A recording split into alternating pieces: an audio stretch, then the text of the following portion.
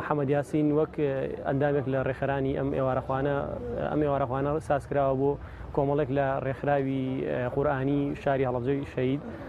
بە مەبەستی زیاتر لە نزیک بوونەوەیان و کردنی کاری هەماهەنگی بە یەکەوەیان ئامانج لەم ئێوارەخواانە ئەوەیە دوو مەبەستی هەیە مەبەستێکی دنیایی و مەبەستێکی قیامەتی هەیە مەبەستیە دنیایەکەی ئەوەیە ئێمە زۆر دڵخۆش و ئاسوودەین کاتێکە ئەم کۆمەڵە مامۆستا بەڕێزە پەروەردەی مناڵەکانمان ئەگرنە ئاستۆ و پەروەردەیەکی ئاینیانە و ئیسلامیانەی زۆر جوانیان ئەەکەن ئەمە ستایش و پێزانینێکی زۆر کەمە بۆ هەموو ئەو ڕێکخراوانەی کە پەروەردەی و پێگەیاندنێکی جوانی ئیسلامیانەی ڕۆڵەکان و مناڵانی کۆمەلگەکەمانەکەن بیرمان نەچێت کە کۆمەلگە بە هەموو ئاراستەیەکە بەرەو لاسەنگی پێزانینێکی کەمە بۆ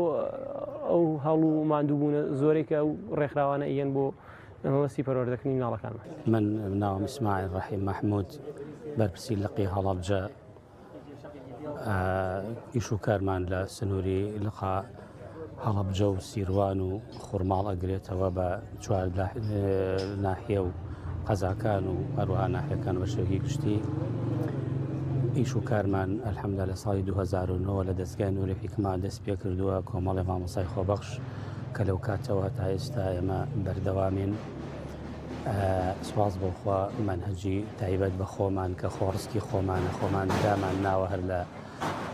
پۆلیسی سەرەتاییەوە هەتاکو تەمەنی قوتابی تەواو ئەبێت جامیعە تەواوە کات و بگرە زیاتریش ئێمە قوتابیمان لە هەموو ئاستەکانە هەیە و بۆ هەر هەمووی منهەجی تایبەت بە خۆمان جگە لە قورئانی پیرۆز و جوان خوێندنەوەی قورئان کە تەجویدە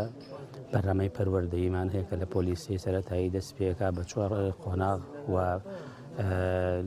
7 و 8ەوە 3 قۆناغ دەست پێکا و ئامادەییشمان بە هەمان شێوە 3 قۆناغ ئێمە لەو کاتەوە تا ئێستا خۆبەخشانە کارمان کردو زۆر سوپاسی ئەو لایەن و ئەو کەسایەتی و ئەو خێرخوازانە ئەکەین کە توانیوانە یارمەتیمان بدەن و بە جوهد و توانای ئەوان پارە لای ئەوان و هاوکاری لای ئەوان و جوهد و تاقە و توانەش لای ئێمە کارمان ئەنجامدا و تا ئێستا ئەلحەمدوللا توانیومانە جگە لە لقی سەرەکی 7 بازنە لە سنووری لقمانە بکەینەوە کار هەموو شوێنەکان بە هاوکاری و دەستبارگرتنی خێرخوایان بەڕێوە ئەچێت لە ناو چالاکی و پرۆژەکانمانە ئەو دیاری و بەخشانێکەوە ئەنجام ئەدرێ بە قوتابیان لەلایەن ئەو خێرخوازانە و ئەنجامەدرێت یەکێک لەوانە کە ئەمڕۆ ئێمە لە بازنەی شارەوانی چالاکێکمان ئەنجامدا کە عادل عیزەت خوارزای باتەوە دیاریەکانی بۆ دابین کردبووین بە هەمان شێوە بۆ بازنە و لقی سەرەکیشمان کۆمەڵە خێرخوا هاوکاریمان ئەکەن دەستبارمان ئەگرن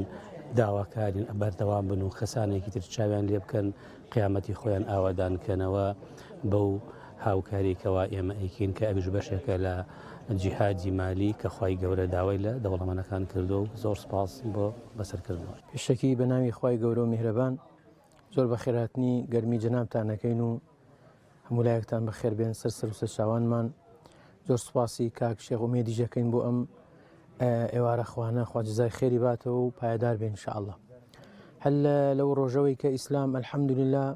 گەشەی کردووە کۆمەڵە کەسانێک هەبوون کە خەمیان گەیاندنی ئەم دینە جوانە بووە خەمیانەوە بووە کە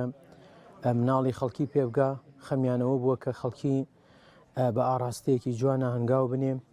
خەمی قیامەتی خەڵکیان بووە لە هەموو بارودۆخێکە ئەلحەمدوللا ئێسش لە هەرێمی خۆمانە و حتا بڵێن لە کۆی مسلمانانی بەڕێزە چەندها ڕێکخراو هەیە کە هەڵساون بەم کارە پیرۆز و جوانە کە پەروەردەکردنی مناڵانی ئێمەیە پەروەردەکردنی ناخی مرۆڤەکانە ئەلحەمدوللا و نەتیجەیشیان دیارە و ئەلحەمدوللا کە سەیرەکەین هەمویان خۆیان مانوو ئەکەن بۆ پەروەردەکردنی جیلێکی داهاتووی چاک و باش کە خزمەتی نیشتیمان بکە خزمەتی وڵاتی خۆی بکە خزمەتی دینداریەکەی بکە و خزمەتی کۆمەڵگە بکە ئەلحەمدوللا ئەم ڕێکخراو بەڕێزانەیش هەمویان دەستی باڵایان هەبووە لە بەرکردنی قورئان بۆ مناڵەکانمان حتا ئەوانیشان کە نەیانتوانی قورئان لەبەرکەن پەروەردەیەکی جوانیان پێ لەبەر کردوون بڕواتەوە بۆ ماڵەوە چۆن ڕێزی باوکو دایک بگرێ چۆن ڕێزی خزم و کەسوکار بگرێ چۆن ڕێزی عیلەکەی بگرێ چۆن ڕێزی ماوەساکەی بگرێ ئەلحەمدوللا ئەم ڕێکخراوە بەڕێزانە کە ئەیکەن گەورەترین کارە و گەورەترین پیشەیە کە خوا پێی خۆشە و ئەم کارە جوانانە ئەنجامێن ئێمە دەستخۆشییان لێەکەین.